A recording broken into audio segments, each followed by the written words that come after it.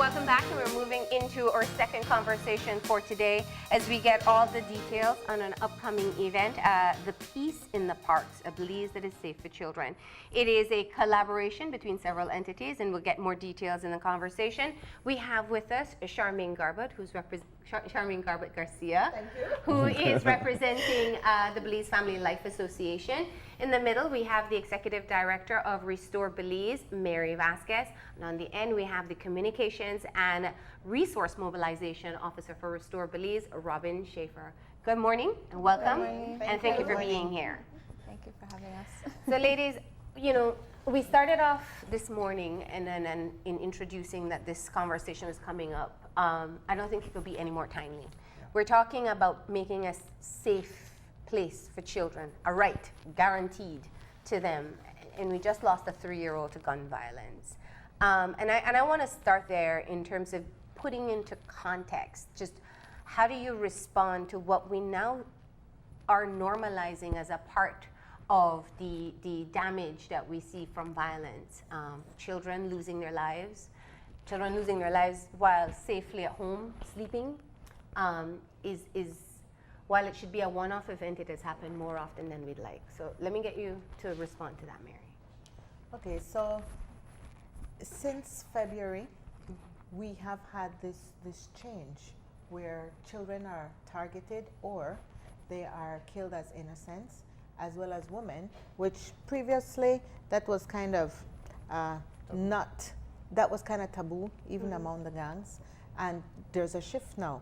And fortunately, since then, different sectors of society, the unions, the opposition, the churches have all said to the government, we want to participate. We need a whole society solution. We need a national solution where everybody is on the same agenda. And so the Ministry of National Security has been meeting with these different stakeholder groups, and this culminated last week in a summit where the different viewpoints from the different sectors were aired. And importantly, one of the resounding things was that we need a whole society approach. So what we are doing with Peace in the Parks is we are engaging the community, and we are going into the community. And we are also engaging the children directly, not just in the completely fun activities that Robin and Kim have prepared, but also we want to hear their voice. We always talk to different child protection agencies, youth service providers, different experts about what to do for children. Now we want to hear from the children. What is your life like? How do you experience it?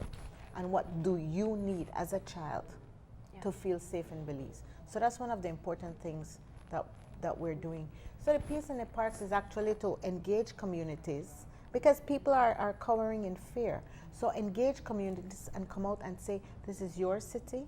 You have a right to be out here. Children, you have a right to play, and we're making this a safe space for you. And secondly, to give that voice. The shift that's going on, I don't know if it's a shift or it's just an incident, some incidents. I'm kind of a bit afraid to call it a shift, because it might seem that it's going to become normal. I'm hoping that Belizeans are what we are. We are loving people, and that these are just incidences and exceptions to the way we really are and what our soul is in the country. So I'm really afraid of that word shift. Okay. But that's just me. But I agree. It's a scary thought, I agree with you. I agree with you that as Belizeans, we do have a strong sense of community and a strong sense of family, and we need to reconnect to that. And so these community building activities, and there are other people that are doing it, communities are doing it within themselves, It's important that we do that to bring ourselves back to who we really are. So that is an important. He opened the door, and I want to just go through it, because I think, when we talk about, and I will say the shift, because I can remember vividly, I still have the very same emotion when Yana Nunez was shot in her sleep. Yeah. I remember this entire country mourning for days. Yes. Everybody was at that funeral. Cannon Flowers gave a powerful sermon about losing innocent children. And we had a 3-year-old die yesterday, and life continues. And we saw it, what was it, last month or the month before. And we've seen, so I mean, my question is, and what follows that is, how do you get people to move away from the desensitization that exists? We no longer carry the same flag for the children that we once did. We don't react with the same emotion and demands for changes. How will this initiative, or how do you hope this initiative will get us back to that caring society where no child should be allowed to lose their life in this way?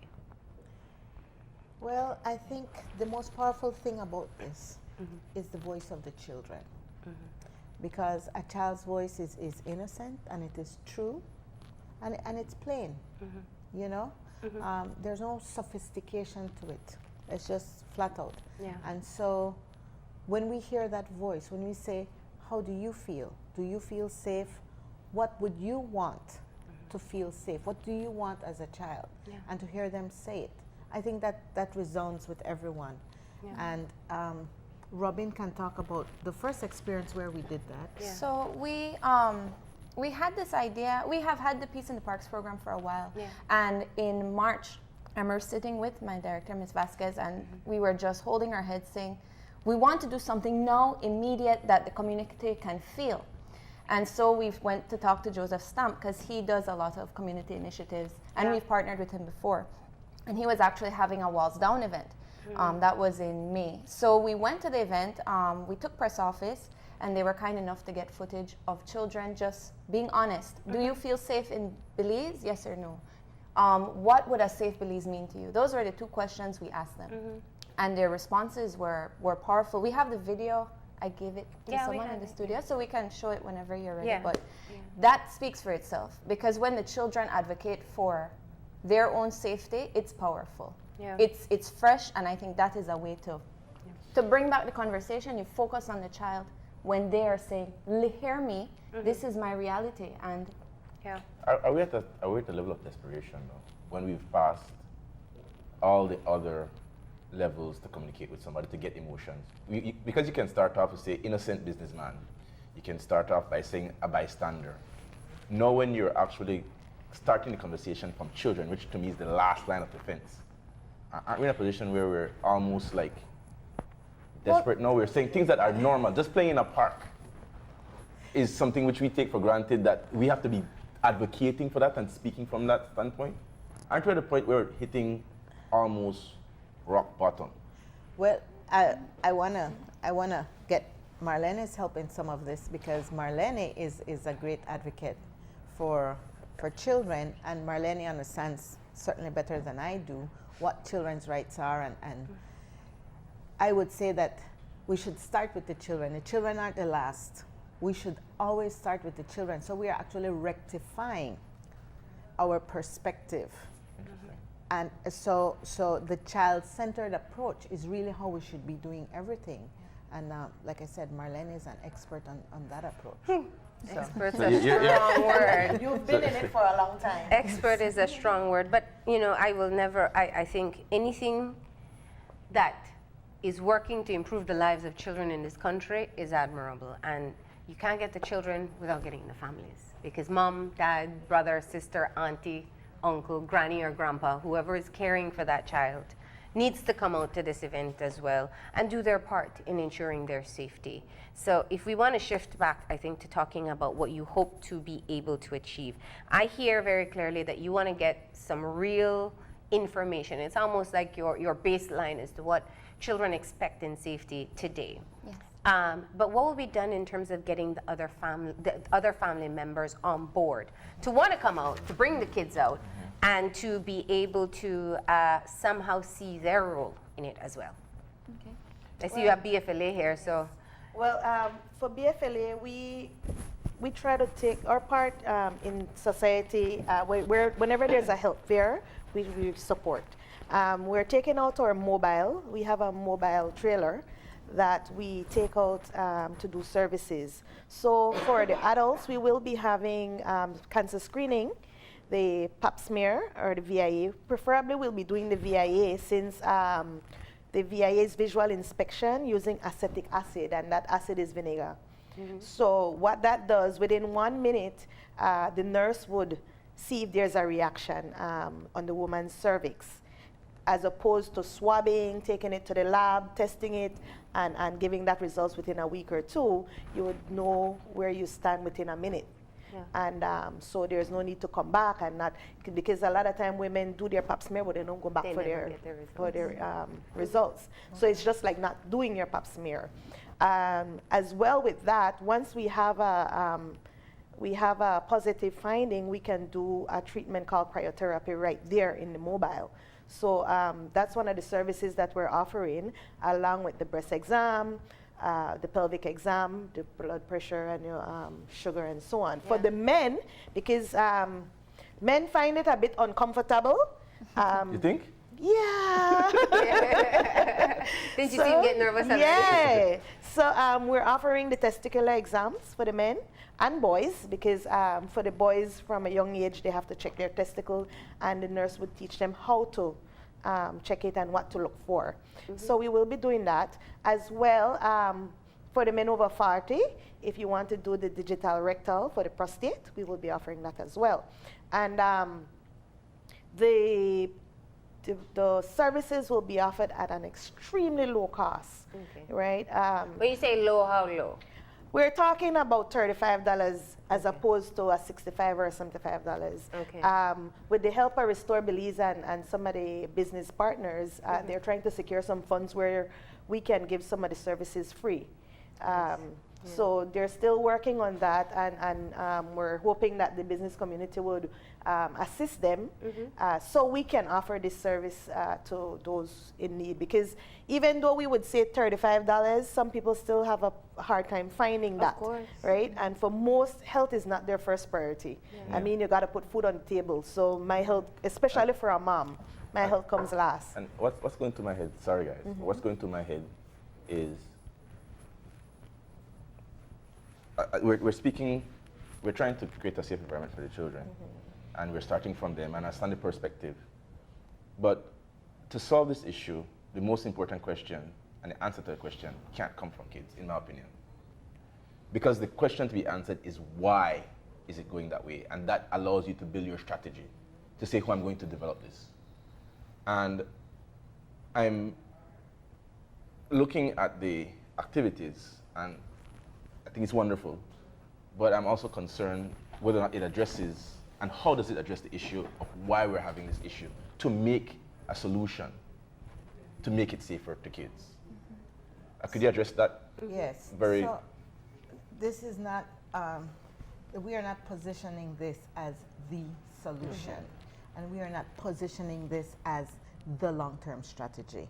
In fact, the consultations that the government has been having with different stakeholders is seeking to look at a whole society approach to a wider spectrum of solutions, and also why is this happening. In addition to that, we are preparing a citizen security policy and plan that has a longer term strategy that looks at the theory of change. How do we get from where we are to a safe Belize?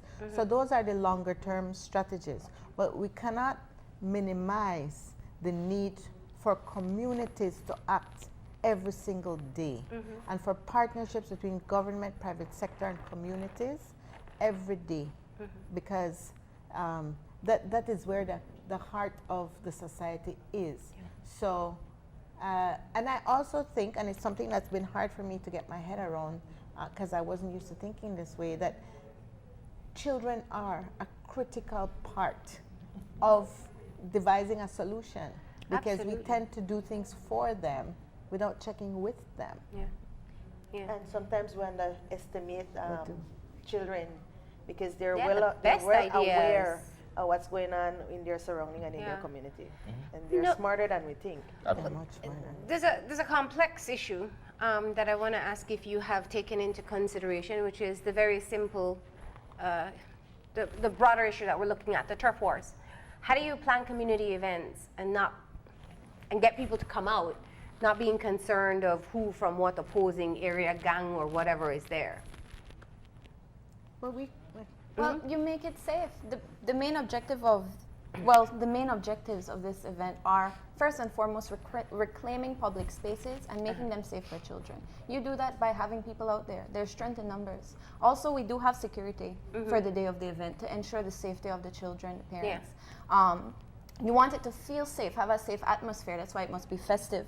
We will have performances all throughout the day. We'll have a segment for children and then a segment for families and children. The segment for children will include Ozzy the Clown. We'll have National Library Service and Information System out there doing plays. We'll have YES doing puppet shows.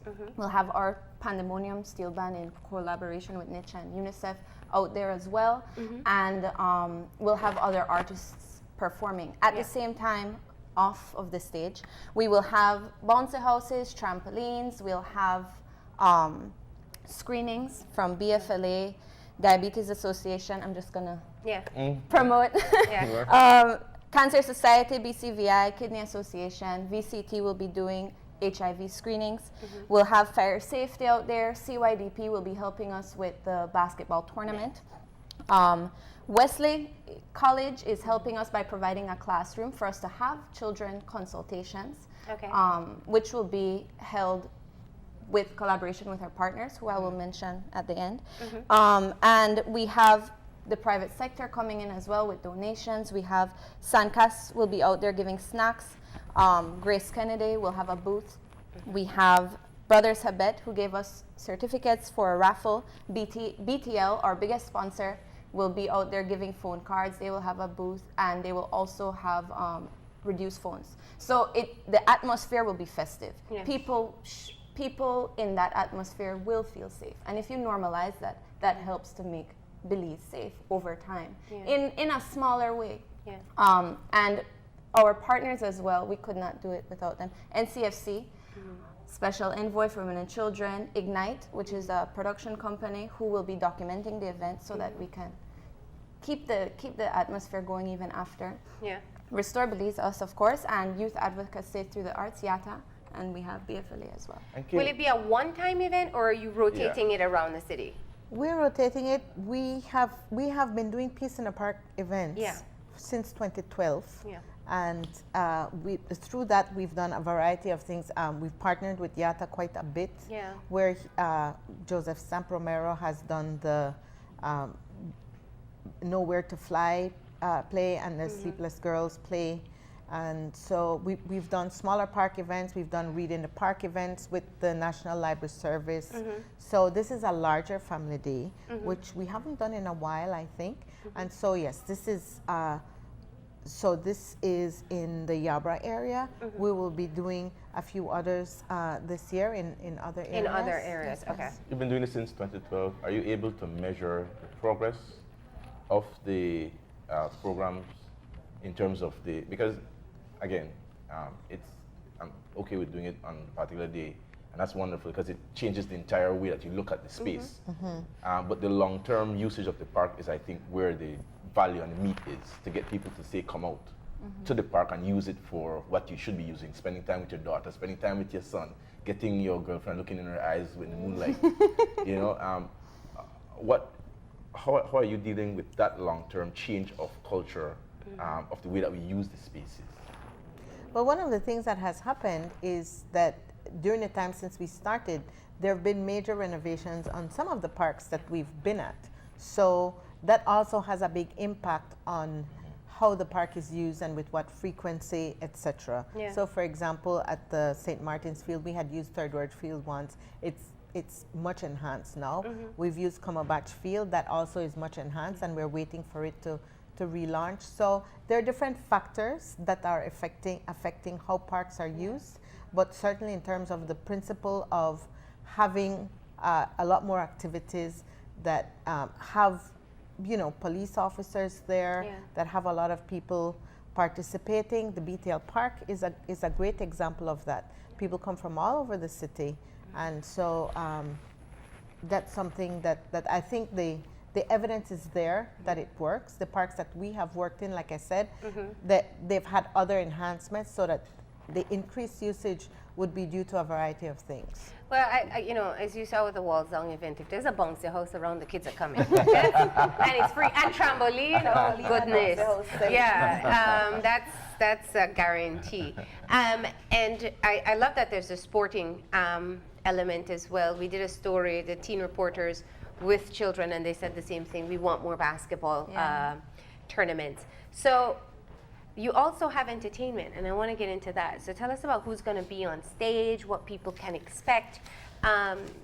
It seems to be that it's geared towards just about everyone, and so we want to make sure that everybody knows what to expect. Well, we are trying to make it as family friendly as possible, and we want the community involvement. So women's department will also be out there off stage giving manicures for $10, pedicures for $15, and massages $1 per minute. Oh. So if you need a little massage, we can't afford the full hour. Charmaine didn't decide which part of her body she wanted. 3 minutes. On the stage, we are, well, Joseph Stamp from Yata, he's the mastermind behind the performances and coordination of it. But I will say that we will have K-Flowers from KTV and other local artists, as well as Pandemonium Steel Band. Maruf coming? Sorry? Maruf? Maruf coming? I'm just joking. Yeah. That's a comedian on KTV. Charmaine's like, yeah, we're going to get I don't know anybody else's name. Yes. So, you know, for anybody who's watching this, and I think that it's a difficult time to be talking about this, and that's why I put the context very early on. People are tired. We want to see change. We want to know that something's being done. Yeah. And while I hear you, this is not the only strategy. There are multiple strategies. This is just an event for people to come out and to remember that you can live a safe life in your community and have fun. And we really hope that they take advantage of it. So when you have an engaged audience, when you have people on stage, when you have people at your clinics, what's the primary message you want them to walk away with at the end of the day? So you can't really measure fun and say, okay, you know, 1 to 10, how much fun you had for one day. But what do you want them to walk away with as an empowered community when the day's over? We deserve this. We deserve this to be our reality. Because I think we don't realize how much we put ourselves at an inconvenience and not put ourselves, but how much we feel inconvenience in our day-to-day lives. Like, I didn't realize that until I went to Taiwan. And then I said, oh, it's 11 o'clock, I can walk around, no problem. I can have my purse, no problem. I can have jewelry and not worry. That's amazing. I remember hiding my jewelry in my shoes walking from Holerdima to my granny. So the fact that people have lived their entire lives never having to worry about that, never having to worry about 6 o'clock, they come and they get dark, and if we're going to my house, it blew my mind. And it's something that we need to realize. We deserve this. We deserve to be able to go to a park any time of the day, obviously preferably in daylight, because we have to be aware of our reality. But we deserve that, and we should have that available to us. You know, there is, as we're doing the piece in the parks, comes to mind is that I can remember when Sancas Park was heavily used by the Hispanic community in Belize. Isn't it still on Sundays? Yes, on Sundays. I don't know if it's as popular as it was, but one of the things that was the lure for the families that were out there, and it was beautiful, was that there's economic activity. And one of the terms of the sustainability of these things is, as you said, there's strength in numbers, and you spoke about BTL Park. One of the things about BTL Park is that there's economic opportunity there and economic attractions. There's food, there's the bouncy houses, and I keep on stringing to the long-term thing, which is not necessarily the impact of this thing, but one of the features of what you're having today, are we looking at somehow trying to encourage people to see this not only as I deserve it, but this is an opportunity for me to change. Definitely. Definitely. Definitely. Yeah, It's a lifestyle change, and for as much as the fun and the activities, health comes along with that. Yeah. Yes. And we need to take better care of ourselves, better care of our children. As a matter of fact, coming early next month, Cancer Society is doing a launch. There's a collaboration with other NGOs and business community on eating healthy, and again they're starting with the kids. Yeah. So It's saying no to junk food. So that's coming, and I'm sure you all Part will. of childhood. I'm joking. You minimize. Yeah. So Yeah. To just talk healthy about lifestyle. the economic aspect, we will have food vendors from the area coming out and Nice. selling food at the Yes. park. Lovely. Yeah, so we're mobilizing the community. All right. So when, where, what time should we go out? Saturday, July 28th, anytime between 10 a.m. to 4 p.m. In the morning, we'll have more performances geared to children. In the afternoon, more to the whole family. But come out, even if you don't have children, come out. Except you can't jump on the bouncy house, Kevin. No? Okay. Make your cancer screening. Only. All right. Come and Thank you access. so much. And once again, the discounted price for the health checks, very reasonable, $35. And what I love about the VIA is you check it, if you spot it, you treat it right then and there and walk out Yes. perfectly fine. So thank you so much for coming in, and best of luck this weekend. Thank you so very much. much for having us. Thank you. We are going to go ahead and take a break, and when we come back, we will be talking to the captain of the women's national volleyball team. They have a very important competition coming up, and we're going to find out just how prepared they are after the break.